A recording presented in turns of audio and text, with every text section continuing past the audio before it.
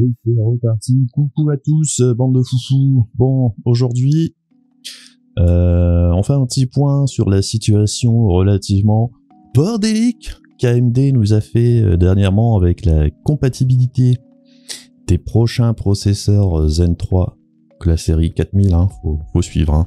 La série 3000, c'est pas les Zen 3, c'est les Zen 2. Enfin bref.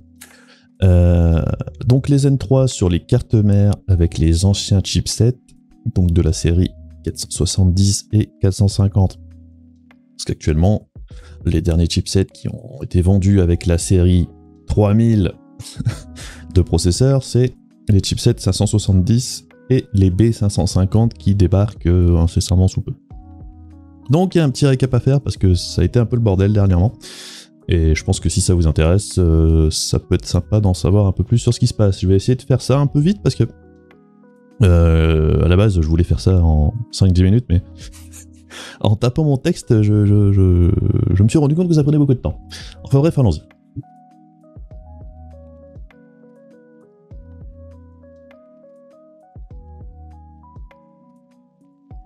Alors, au début de l'histoire, AMD avait annoncé, avait balancé un slide que je vous mets là, ici, là,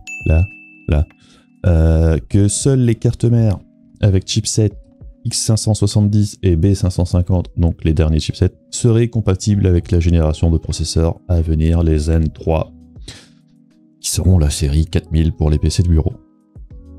Ce qui a légèrement énervé les utilisateurs, que ce soit sur les forums, sur Reddit et tout le tralala, et ça peut se comprendre, c'est qu'à la base AMD nous avait plus ou moins promis que les cartes mères, toutes les cartes mères AM4 seraient compatibles avec tous les processeurs qui sortiraient jusqu'en 2020, 2021 maxi, c'est-à-dire jusqu'à la génération qui passerait à la DDR5, ce qui sera la prochaine génération de processeurs.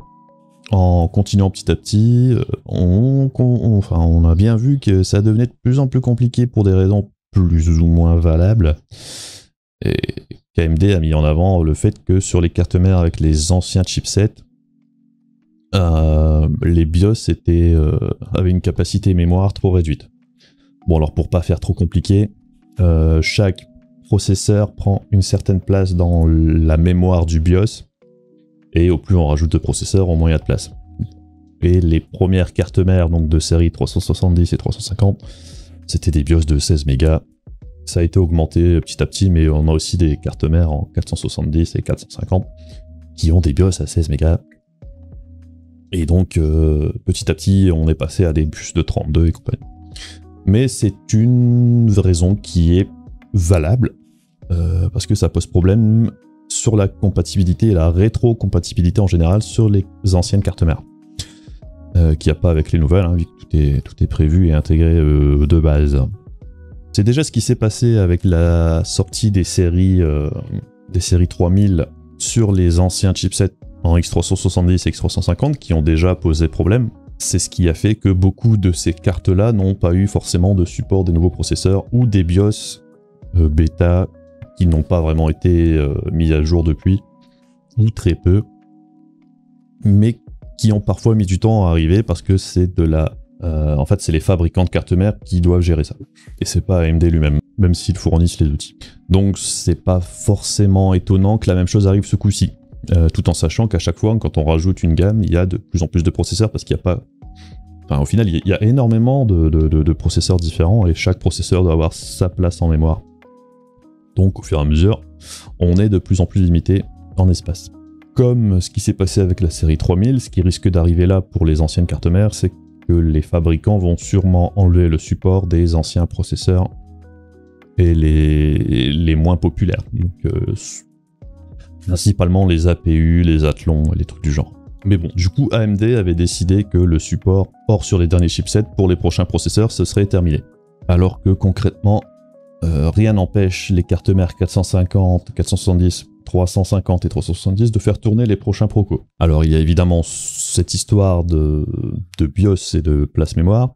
Il y a aussi une histoire de qualité de carte mère, parce que les premières séries de cartes mères en 370 et 350, la principale différence avec la génération d'après, c'était plus ou moins la qualité des composants, puisque au début de la sortie des Ryzen première génération, les fabricants de cartes mères savaient pas trop à quoi s'attendre et n'ont pas fourni des cartes mères d'aussi bonne qualité que ce qu'ils faisaient à l'époque chez Intel. Ce qui a été corrigé par la suite au vu du succès des processeurs. Donc oui, il y a aussi un coût marketing, hein. On se doute bien qu'AMD préférerait que les gens changent de carte mère pour les anciens processeurs de carte mère, mais également pour les nouveaux acheteurs de la prochaine série de processeurs. Il y a aussi le côté facilité d'utilisation. Parce qu'il faudra, faut voir la situation, c'est qu'on aura probablement des séries de cartes mères en chipset 400 qui auront des BIOS pour les séries de première et deuxième génération de processeurs AMD, voire troisième. Et pour la quatrième, ce serait un BIOS différent. Donc on aurait un BIOS différent pour les premières et deuxième puces, un différent pour les troisièmes et un différent pour les quatrièmes, ce qui est un bordel assez monstrueux, tout en enlevant le support d'anciens processeurs petit à petit. C'est le bordel. AMD peut pas vraiment gagner à ce niveau-là, hein, et quoi qu'il fasse, ce sera un problème. Donc on peut comprendre qu'ils aient été réticents à l'idée d'amener une compatibilité des prochains processeurs sur ces cartes mères-là. Il faut aussi se mettre à la place des nouveaux acheteurs.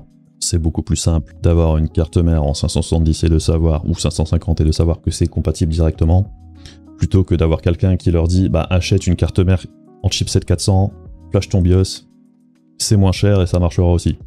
Alors oui, ça marcherait, mais c'est compliqué. Parce que déjà, il faudrait avoir un processeur d'ancienne génération pour pouvoir le flasher vers la nouvelle génération. Donc ça, c'est un bordel monstre, ça marche. Ça peut mal se passer, même si ça doit être très rare. Mais j'ai déjà eu un pote, par exemple, qui, en voulant passer sa nouvelle bécane chez AMD, je lui ai fait acheter une carte mère MSI soi-disant compatible directement avec la série 3000. Ça marchait pas. Alors pourquoi? Je sais pas, j'étais pas sur place, j'ai pas pu tester moi-même, j'avais pas de processeur à lui prêter pour qu'il puisse flasher. Si c'était la carte mère ou le processeur qu'il avait, il ne fonctionnait pas sur cette carte mère là. Enfin bref. Mais sa première réaction c'était bah AMD c'est de la merde. Alors qu'une fois qu'il a acheté une carte mère en chipset 570, ça a marché tout de suite.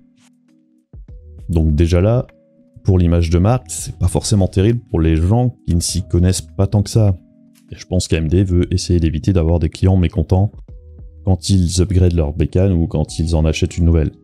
Ils veulent que ça fonctionne et que ça fonctionne bien et que toutes les features de ces nouveaux processeurs soient accessibles directement. Enfin bref, la situation de base c'était qu'AMD avait déclaré l'utilisation de ces nouvelles puces uniquement sur les derniers chipsets. Mais vu le shitstorm que ça a mis en route, AMD est revenu un peu en arrière sur ses choix et ont décidé qu'ils apporteraient un support des prochains processeurs sur les cartes mères en série 400. Et c'est là la première nouvelle. Je pense que vous avez compris, d'après ce que j'ai déjà dit, c'est que les séries 300 ne seront pas concernées. Et qu'AMD a dit un grand non. Le dernier support pour les nouveaux processeurs, ce sera les chipsets en 450 et 470. Les plus anciens, c'est mort. Et je ne pense pas que les fabricants de cartes mères s'amuseront à balancer des BIOS non officiels. Ça plairait pas des masses AMD. Et oui, effectivement, les cartes mères de première génération n'étaient pas forcément de super qualité, vu que AMD balance de plus en plus de cœurs et de fréquences. Les anciennes cartes mères ne seraient peut-être pas toutes, ou en grande majorité, les moins bonnes ne seraient pas très aptes à faire tourner les processeurs avec le plus de cœur. Parce que c'est pas forcément le chipset, hein, comme je disais tout à l'heure. Les chipsets 300 et 400, c'est quasiment la même chose. Techniquement, il n'y a quasiment aucune différence. Donc comment ça va être géré? AMD fournira du code aux fabricants de cartes mères qui devront adapter pour leur BIOS. Et il faut aussi savoir que les BIOS qui seront fournis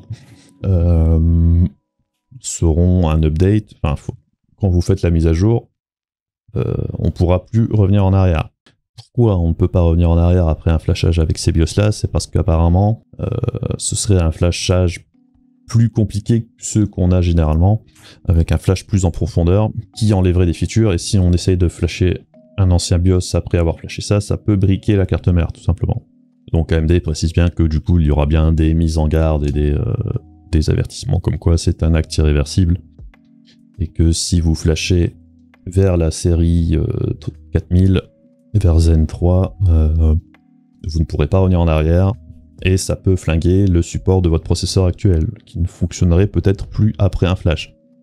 Alors je sais pas exactement encore comment ça va fonctionner à ce niveau-là. Est-ce que la série 3000 fonctionnera encore? Est-ce que, enfin, où vont-ils couper dans le tas? On sait pas.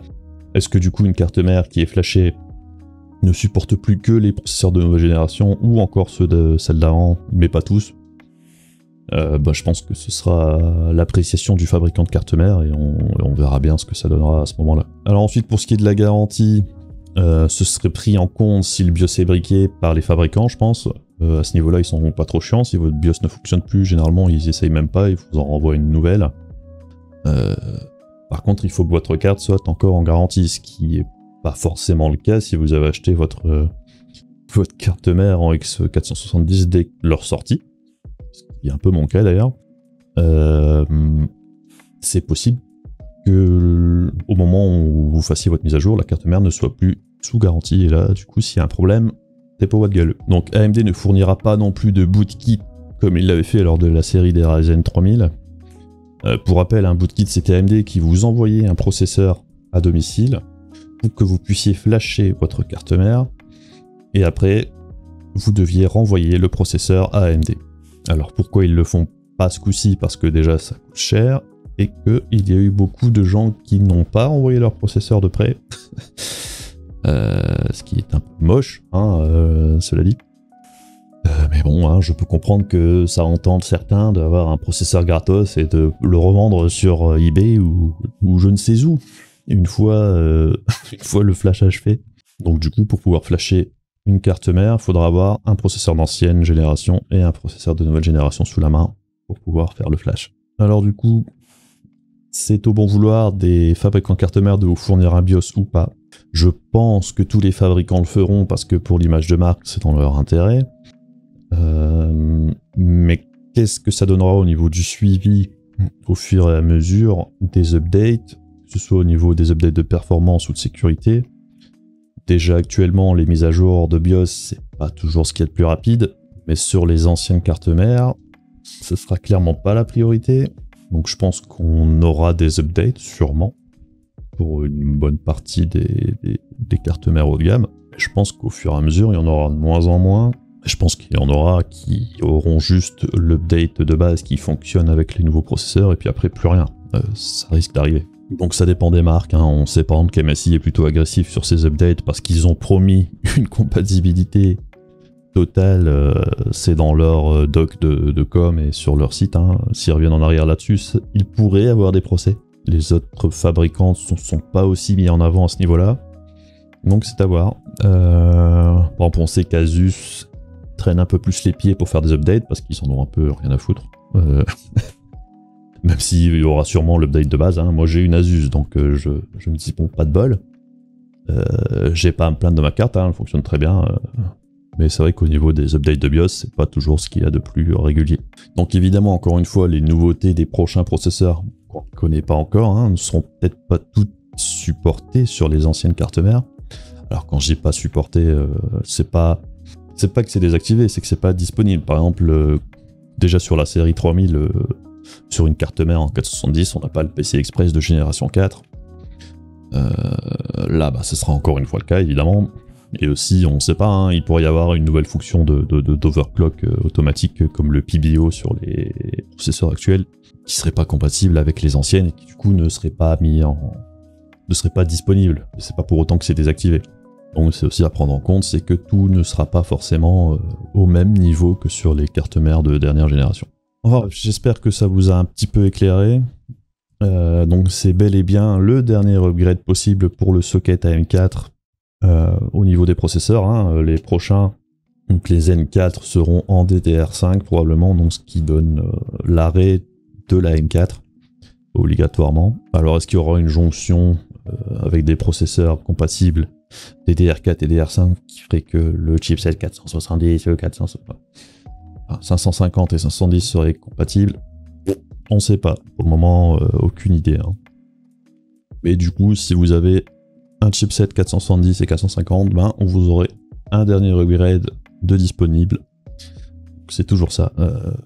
Malgré tout, AMD tient plus ou moins ses promesses, même si ça a été un peu houleux à ce niveau-là. Hein. Mais il y aura forcément quelques désagréments, hein, puisque on n'aura pas toutes les features et on aura une rétrocompatibilité qui sera un peu hasardeuse. Donc dans l'ensemble c'est plutôt une bonne nouvelle, hein, à part pour les possesseurs de carte mère en 350 et 370 ou là. Eh bien les Ryzen de série 3000 c'est déjà la dernière évolution possible pour vous. Donc pour moi c'est plutôt cool d'avoir une option d'upgrade possible, même si ça reste à voir qu'est-ce qui sera disponible ou pas sur les cartes mères en série 400, je verrai bien. Et je verrai bien aussi ce qu'apportent les prochains processeurs d'AMD. Hein. La série 3000 est déjà plutôt très bonne. Et j'avoue que mon 3900, je l'aime bien. Jusqu'ici, très bon processeur. Du coup, on verra bien ce que ça donne. Mais j'avoue que si je devais passer au nouveau processeur, je me poserais sérieusement la question d'un passage à une carte mère en B550 ou en X570 selon ce qui est disponible et les prix, hein, évidemment. Parce que c'est quand même beaucoup plus simple et c'est un peu embêtant de revendre une carte mère qui soit bloquée au niveau de son support de processeur. Hein, parce qu'une fois que c'est flashé, ben, c'est fini, il n'y a pas de retour en arrière. Et je pense que si vous voulez la revendre, ça peut être gênant pour l'acheteur potentiel si son processeur n'est pas supporté par la carte mère parce qu'elle est flashée. Donc bon. Il y a du bon et du moins bon, c'est un peu problématique je pense quand même, hein, mais c'est une option et elle est là et ça je pense que c'est quand même une bonne nouvelle au final. Enfin bref, j'espère que ça vous a un petit peu aidé à y voir plus clair et à comprendre un petit peu ce qui était en train de se passer à ce niveau-là et pourquoi ça a été aussi houleux et pourquoi AMD a hésité à faire ça, mais bon. Au final, bravo la communauté, comme on dit, vous avez eu raison d'AMD sur ce point-là et vous avez gagné un petit upgrade avant la fin. Et donc un peu d'argent. Du coup, si vous avez encore des questions, n'hésitez pas à les poser dans les commentaires et n'hésitez pas également à venir faire coucou sur le stream si ça vous intéresse. Je me ferai un plaisir de vous répondre si j'ai la réponse. Donc je stream régulièrement l'après-midi et en soirée. Même si en ce moment je stream pas trop parce que j'avais d'autres choses à faire, mais je vais essayer de m'y remettre plus sérieusement. Je prépare également une vidéo sur les prochaines consoles et les implications diverses et variées qu'elles ont aussi sur le PC. C'est plutôt intéressant ce qui est en train de se passer, donc je vais essayer de faire ça la semaine prochaine, non pas trop longtemps quoi. Enfin bref, bon week-end à tous, des bisous, à la prochaine, salut!